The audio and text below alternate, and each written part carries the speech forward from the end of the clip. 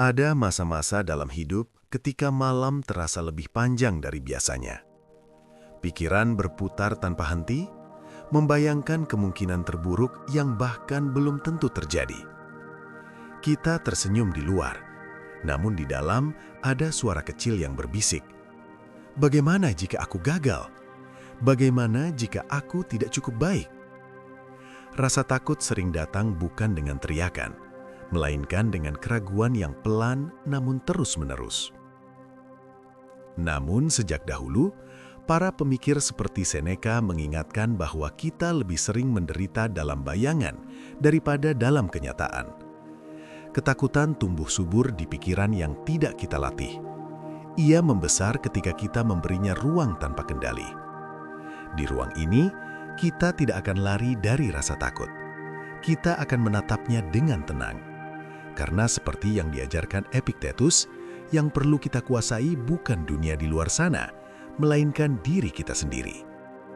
Hari ini, kita akan belajar bukan sekedar menghadapi, tetapi memahami dan perlahan membunuh rasa takut itu dari akarnya.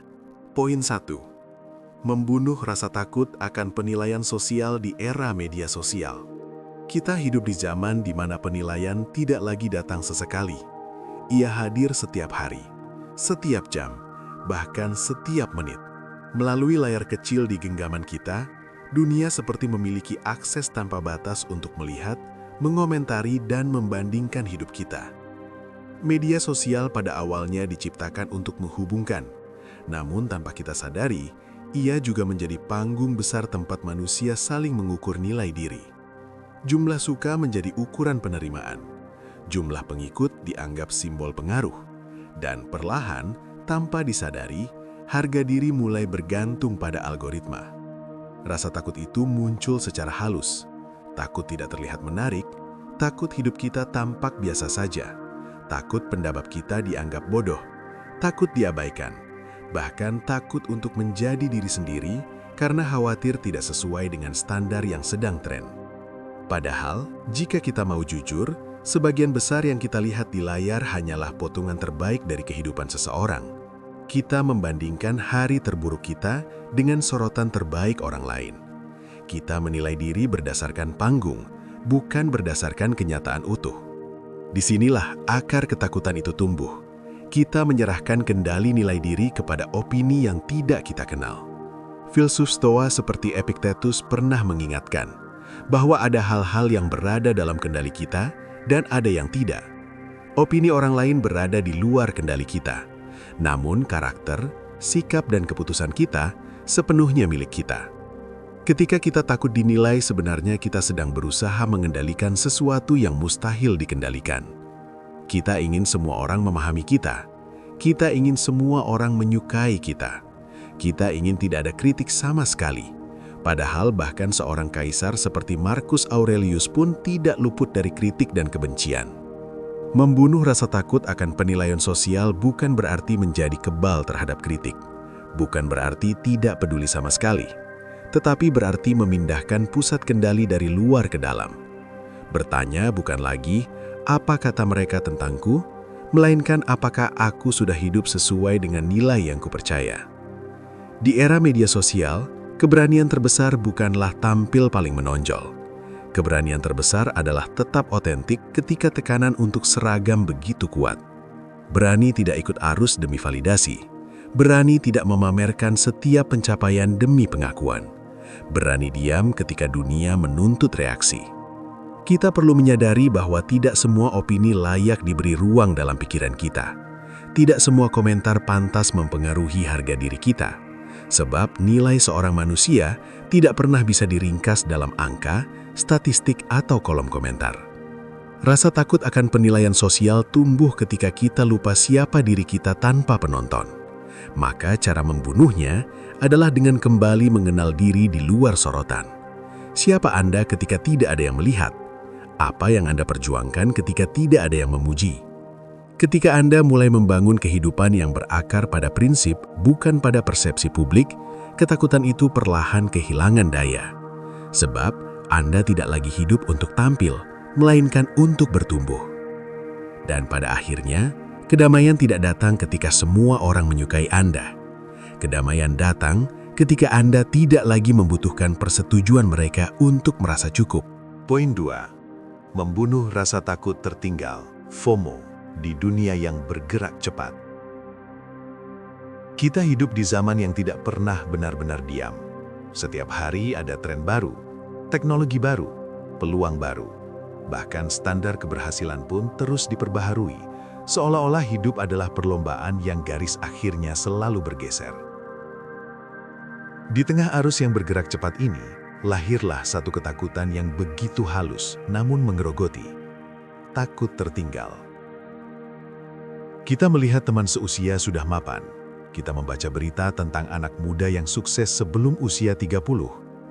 Kita menyaksikan orang lain bepergian, membangun bisnis, membeli rumah, melanjutkan studi, seolah hidup mereka melaju tanpa hambatan. Dan tanpa sadar, hati kita mulai berbisik. Aku sudah sejauh apa? Mengapa aku belum sampai di sana? Inilah yang disebut FOMO, Fear of Missing Out. Bukan sekedar takut melewatkan acara, tetapi takut melewatkan kesempatan hidup. Takut tidak relevan, takut menjadi biasa saja, takut tertinggal dalam dunia yang mengagungkan kecepatan. Namun mari kita berhenti sejenak dan bertanya dengan jujur, sejak kapan hidup memiliki satu jalur yang sama untuk semua orang? Filsuf Stoa seperti Seneca pernah menulis bahwa hidup bukanlah tentang siapa yang berlari paling cepat, tetapi tentang siapa yang berjalan dengan arah yang benar. Dunia mungkin memuja kecepatan, tetapi kebijaksanaan menghargai ketepatan. Rasa takut tertinggal muncul ketika kita menjadikan hidup orang lain sebagai standar waktu kita. Kita mengukur proses pribadi dengan garis waktu sosial. Padahal setiap manusia memulai dari titik yang berbeda, membawa beban yang berbeda, memiliki kapasitas dan panggilan yang berbeda. Di era digital, kita terpapar ribuan pencapaian setiap hari. Algoritma menampilkan yang paling spektakuler, bukan yang paling realistis. Kita jarang melihat perjuangan panjang di balik keberhasilan.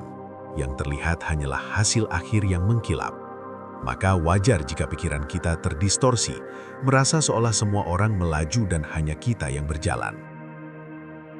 Padahal seringkali yang terlihat cepat belum tentu stabil, yang tampak gemilang belum tentu damai.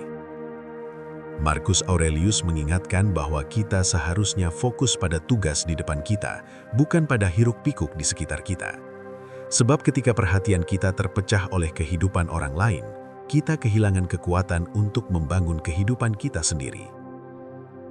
Membunuh rasa takut tertinggal bukan berarti berhenti berkembang.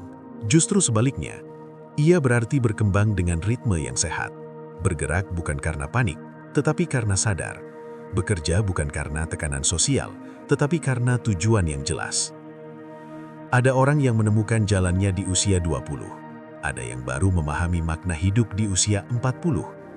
Ada yang memulai ulang di usia 50. Waktu bukan musuh, persepsi kitalah yang menjadikan ancaman. Ketika Anda merasa tertinggal, mungkin sebenarnya Anda sedang dipersiapkan. Dipersiapkan untuk kedewasaan yang tidak instan. Dipersiapkan untuk fondasi yang lebih kuat. Dipersiapkan untuk memahami arti proses, bukan sekedar hasil. Dunia akan terus bergerak cepat. Tren akan terus berubah.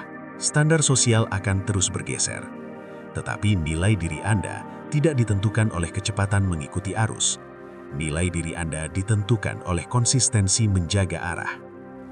Hidup bukan tentang siapa yang lebih dulu sampai. Hidup adalah tentang siapa yang tetap utuh ketika sampai. Maka hari ini, jika Anda merasa tertinggal, jangan berburu-buru mengejar hanya demi terlihat setara. Tenangkan langkah, perjelas tujuan, perkuat diri. Karena yang benar-benar perlu Anda taklukkan bukanlah kecepatan dunia, melainkan ketakutan dalam pikiran Anda sendiri. Poin 3. Membunuh rasa takut gagal di tengah budaya harus sukses sebelum 30. Ada tekanan yang tidak tertulis namun terasa begitu nyata di zaman ini. Seolah-olah hidup memiliki tenggat waktu. Seolah-olah sebelum usia 30 kita harus sudah mapan, sudah memiliki karir stabil, sudah punya tabungan cukup, sudah menemukan arah yang pasti. Jika tidak, kita dianggap tertinggal, dianggap kurang berusaha, bahkan dianggap gagal. Budaya ini tumbuh subur di tengah sorotan media sosial dan narasi kesuksesan instan. Kita disuguhi kisah pendiri startup muda, kreator yang viral dalam semalam, profesional yang mencapai puncak karir di usia belia. Semua itu membentuk persepsi bahwa keberhasilan harus datang cepat, dan jika lambat, ada yang salah pada diri kita. Dari sinilah rasa takut gagal menguat. Bukan sekedar takut mencoba, tetapi takut dicap tidak berhasil dalam batas waktu sosial. Takut dianggap tidak kompeten, takut mengecewakan orang tua, takut menjadi contoh yang tidak membanggakan. Namun mari kita bertanya dengan jernih, sejak kapan usia menjadi ukuran mutlak kedewasaan dan keberhasilan? Filsuf Stoa seperti Seneca pernah mengingatkan bahwa hidup tidak diukur dari panjangnya waktu, melainkan dari kedalaman makna. Seseorang bisa mencapai banyak hal di usia muda namun tetap kosong. Seseorang bisa menemukan arah di usia yang lebih matang dan justru lebih utuh. Rasa takut gagal seringkali lahir bukan karena kegagalan itu sendiri, melainkan karena interpretasi kita terhadapnya. Kita menganggap gagal sebagai identitas, bukan sebagai peristiwa. Padahal gagal hanyalah bagian dari proses belajar. Ia bukan vonis akhir, melainkan fase pembentukan. Epictetus mengajarkan bahwa yang berada dalam kendali kita adalah usaha, sikap, dan respons kita. Hasil seringkali dipengaruhi banyak faktor di luar diri.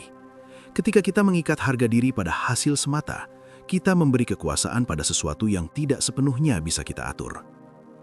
Budaya harus sukses sebelum 30 membuat kita tergesa-gesa. Kita mengambil keputusan bukan karena siap, tetapi karena takut tertinggal. Kita bekerja tanpa jeda bukan karena cinta pada proses, tetapi karena panik terhadap waktu. Tanpa sadar, kita mengorbankan kesehatan mental demi memenuhi standar yang bahkan mungkin tidak kita pilih sendiri. Padahal setiap perjalanan memiliki musimnya. Ada masa menanam, ada masa merawat, ada masa memanen.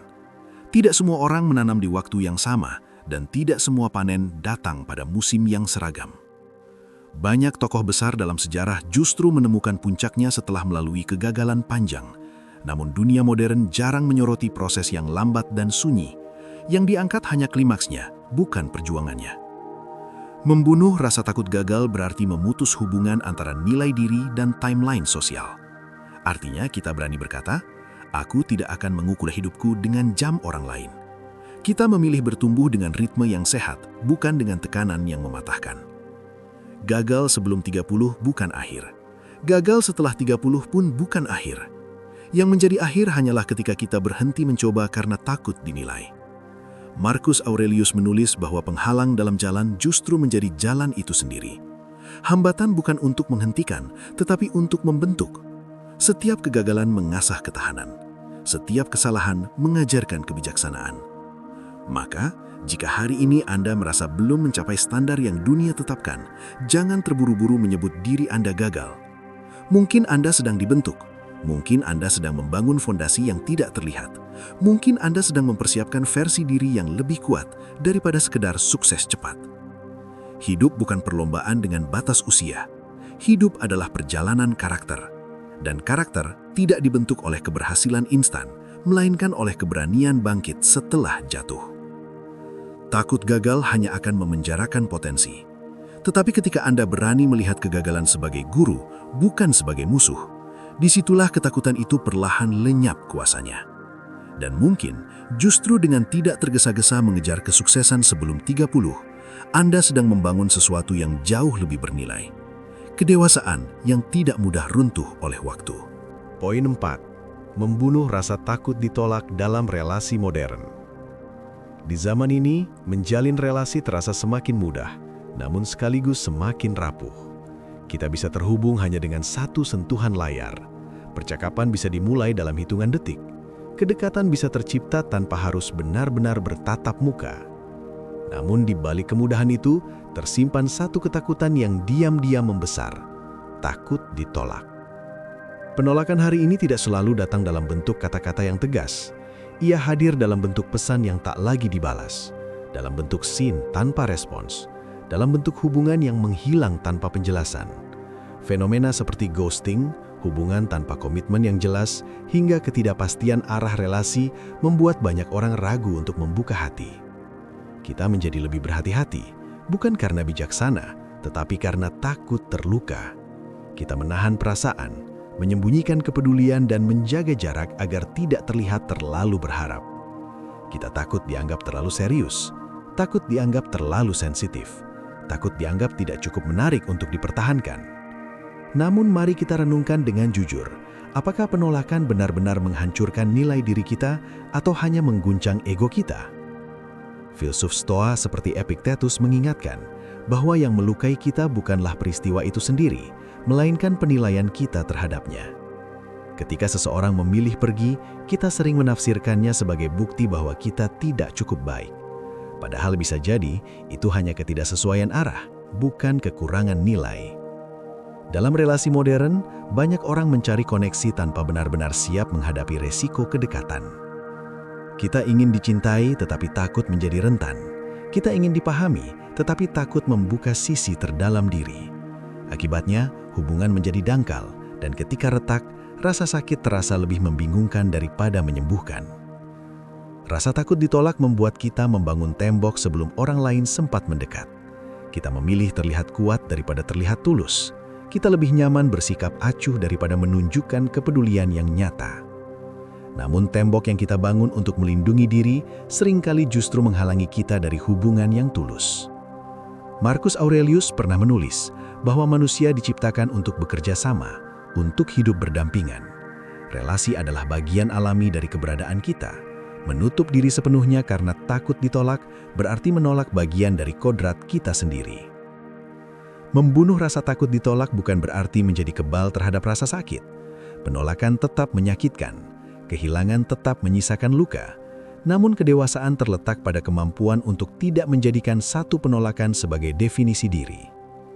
Tidak semua orang ditakdirkan tinggal, tidak semua koneksi dimaksudkan untuk bertahan.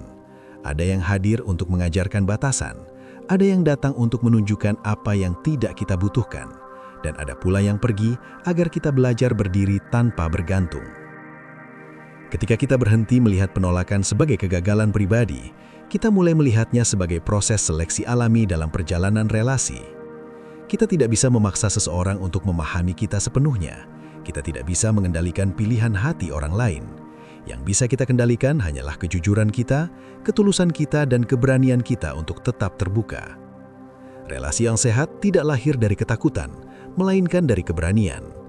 Keberanian untuk berkata jujur tentang perasaan, keberanian untuk menerima resiko tidak dibalas, keberanian untuk tetap menghargai diri bahkan ketika tidak dipilih.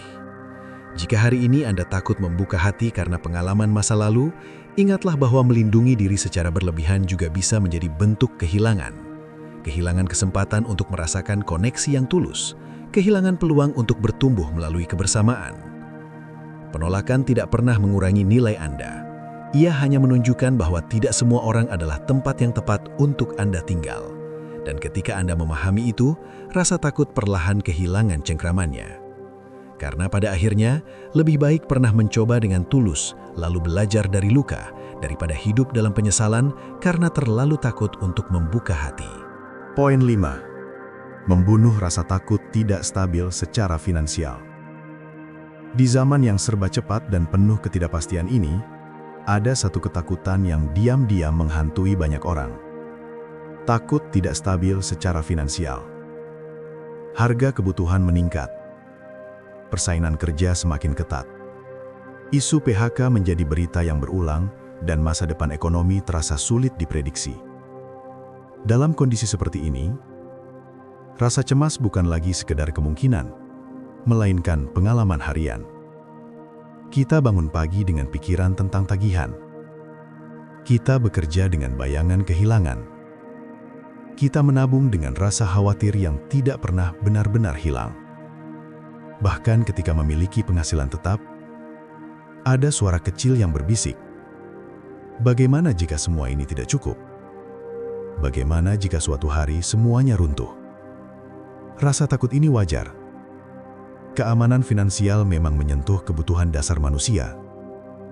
Namun masalahnya muncul ketika ketakutan itu mulai menguasai pikiran, mengendalikan keputusan, dan merampas ketenangan.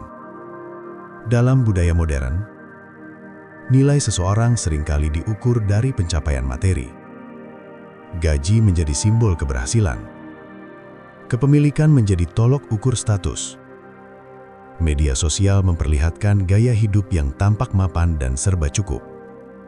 Seolah stabilitas finansial adalah sesuatu yang pasti dan permanen. Padahal kenyataannya, bahkan mereka yang terlihat aman pun tetap menghadapi risiko.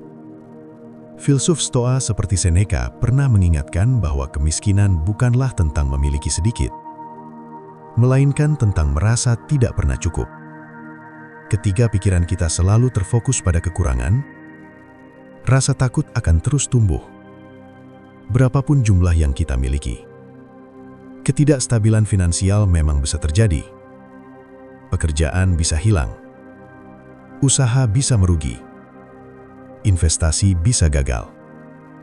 Namun, seperti yang diajarkan Epictetus, kita perlu membedakan antara apa yang berada dalam kendali kita dan apa yang tidak. Kondisi ekonomi global mungkin di luar kuasa kita. Tetapi sikap kita terhadapnya, cara kita meresponsnya, sepenuhnya ada di tangan kita.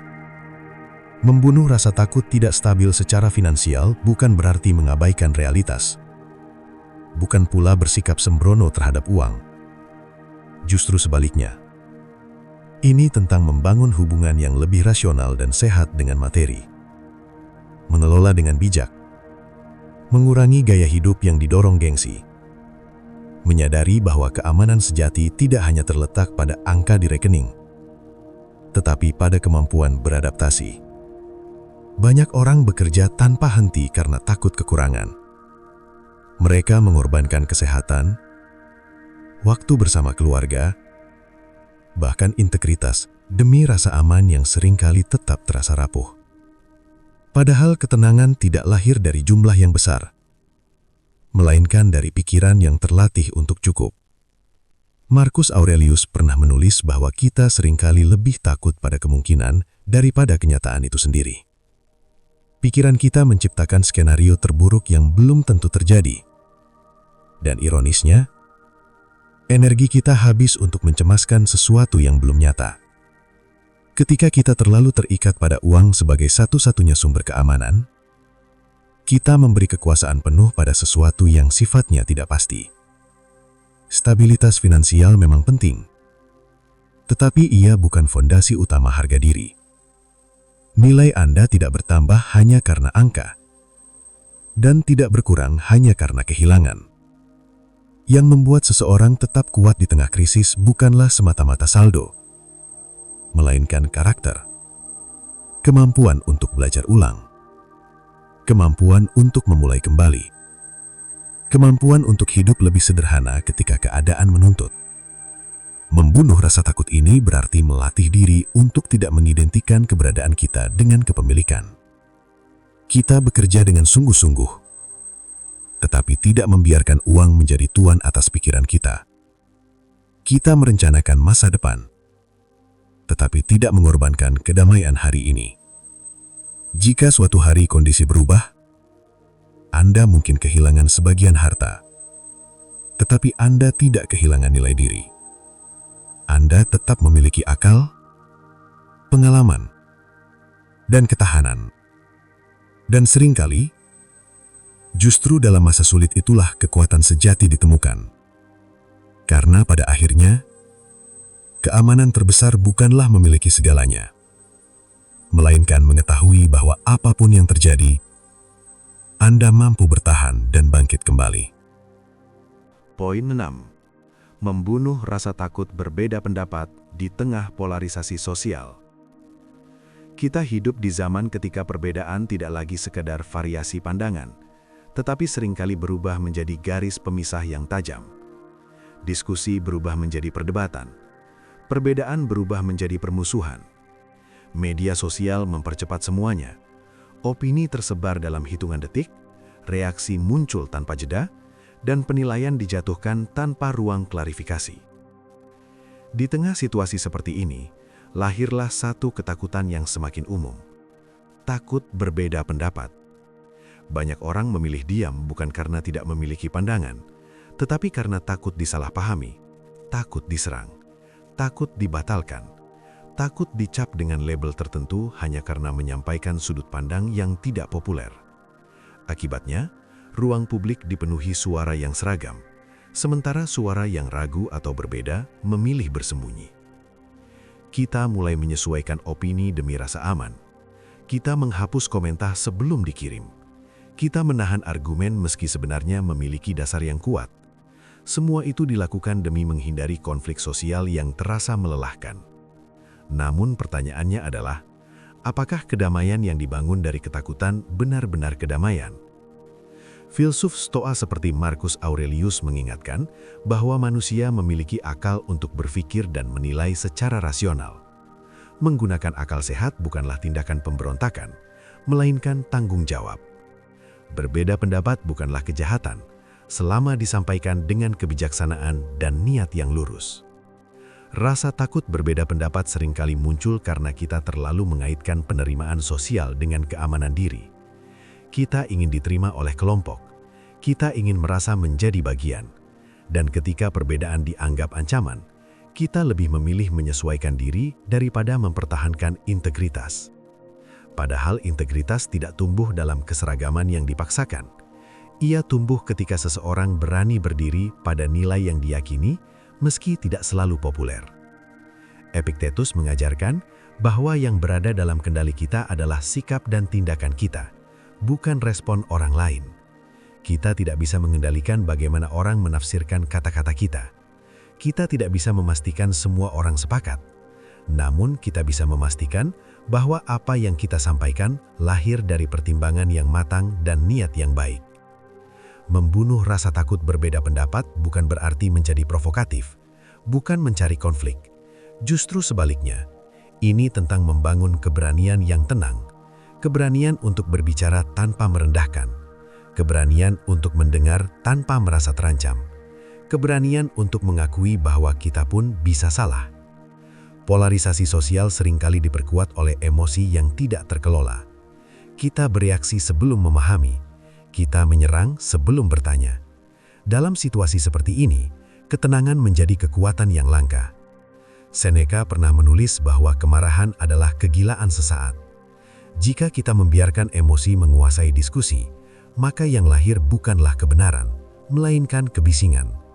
Maka berbeda pendapat dengan kepala dingin adalah bentuk kedewasaan, bukan ancaman. Ketika kita takut berbeda pendapat, sebenarnya kita sedang menyerahkan kebebasan berpikir kepada tekanan sosial. Kita membiarkan opini mayoritas menentukan batas ekspresi kita. Padahal sejarah menunjukkan bahwa banyak kemajuan lahir dari keberanian untuk berpikir berbeda. Namun keberanian itu tidak perlu keras. Ia bisa hadir dengan suara yang tenang, dengan bahasa yang santun, dengan kesediaan untuk berdialog, bukan mendominasi. Mungkin tidak semua orang akan setuju dengan Anda. Mungkin akan ada yang salah paham. Tetapi selama Anda berdiri di atas prinsip yang dipikirkan dengan jernih, Anda tidak kehilangan apapun. Yang benar-benar hilang justru ketika Anda mengkhianati keyakinan sendiri demi rasa aman yang semu. Berbeda pendapat adalah bagian dari kehidupan sosial yang sehat. Ia bukan ancaman bagi persatuan, melainkan peluang untuk saling memperkaya perspektif. Ketika kita mampu menghargai perbedaan tanpa rasa takut, kita membangun masyarakat yang lebih dewasa. Karena pada akhirnya, keberanian sejati bukan hanya tentang menghadapi dunia luar, tetapi tentang setia pada suara hati yang rasional, meski tidak selalu sejalan dengan keramaian. Poin 7. Membunuh rasa takut memulai ulang di usia yang tidak lagi muda. Ada satu ketakutan yang sering datang secara diam-diam ketika usia bertambah.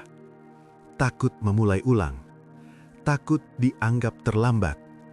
Takut dibandingkan dengan mereka yang lebih muda, lebih cepat, dan terlihat lebih siap. Di dunia yang memuja kecepatan dan pencapaian dini, memulai kembali di usia yang tidak lagi muda terasa seperti melawan arus besar. Banyak orang menyimpan keinginan untuk berganti karir, memulai usaha, kembali belajar, atau mengejar mimpi lama yang sempat tertunda. Namun, keinginan itu sering terkubur oleh satu kalimat sederhana, "Sudah bukan waktunya." Kita mulai percaya bahwa kesempatan hanya milik mereka yang masih berada di awal perjalanan. Kita merasa bahwa usia adalah batas, bukan bekal. Kita melihat generasi muda menguasai teknologi, tren, dan energi baru, lalu tanpa sadar membandingkan diri dengan ukuran yang tidak adil. Namun, mari kita renungkan dengan tenang, sejak kapan pertumbuhan memiliki tanggal kedaluarsa? Filsuf Stoa seperti Seneca mengingatkan bahwa selama seseorang hidup, ia masih memiliki kesempatan untuk memperbaiki arah. Waktu yang telah berlalu bukan untuk disesali, melainkan untuk dipelajari. Usia bukanlah musuh perubahan, melainkan saksi pengalaman. Rasa takut memulai ulang seringkali bukan tentang ketidakmampuan, tetapi tentang ego. Kita takut terlihat seperti pemula, takut kehilangan status yang sudah dibangun, takut harus belajar dari awal dan mengakui bahwa kita tidak tahu. Padahal, justru dalam kerendahan hati itulah pertumbuhan sejati dimulai. Epictetus mengajarkan bahwa kita tidak dikendalikan oleh masa lalu, melainkan oleh penilaian kita terhadap masa lalu. Jika kita melihat pengalaman sebagai beban, kita akan ragu melangkah. Namun jika kita melihatnya sebagai bekal, kita akan memiliki fondasi yang jauh lebih kuat daripada sekedar keberanian sesaat. Memulai ulang di usia matang bukanlah kemunduran. Ia adalah keputusan sadar untuk hidup lebih jujur terhadap diri sendiri. Ia adalah keberanian untuk mengakui bahwa arah lama mungkin tidak lagi sejalan dengan nilai yang kini kita pahami. Dunia modern sering menampilkan kisah sukses anak muda sebagai standar. Namun yang jarang terlihat adalah stabilitas emosional, ketahanan mental, dan kedewasaan perspektif yang justru lebih matang seiring waktu. Usia membawa pengalaman, pengalaman membawa kebijaksanaan, dan kebijaksanaan adalah aset yang tidak bisa dibeli dengan kecepatan. Marcus Aurelius pernah menulis bahwa tidak ada yang terlalu awal atau terlalu terlambat bagi alam semesta. Segala sesuatu terjadi sesuai waktunya. Ketika kita memaksakan diri mengikuti timeline sosial, kita kehilangan kesempatan untuk menemukan timeline pribadi yang lebih selaras. Takut memulai ulang seringkali membuat kita bertahan dalam situasi yang tidak lagi bertumbuh. Kita tetap tinggal di pekerjaan yang tidak memberi makna. Kita mempertahankan rutinitas yang menggerus semangat. Semua itu dilakukan demi rasa aman yang sebenarnya rapuh. Padahal keamanan sejati tidak terletak pada stagnasi, melainkan pada kemampuan beradaptasi.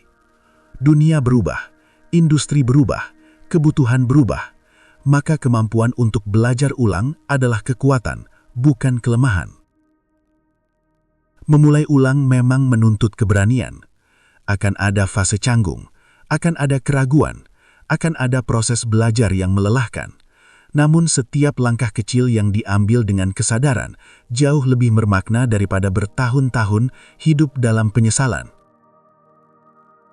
Jika hari ini Anda merasa terlambat, mungkin sebenarnya Anda sedang lebih siap daripada sebelumnya.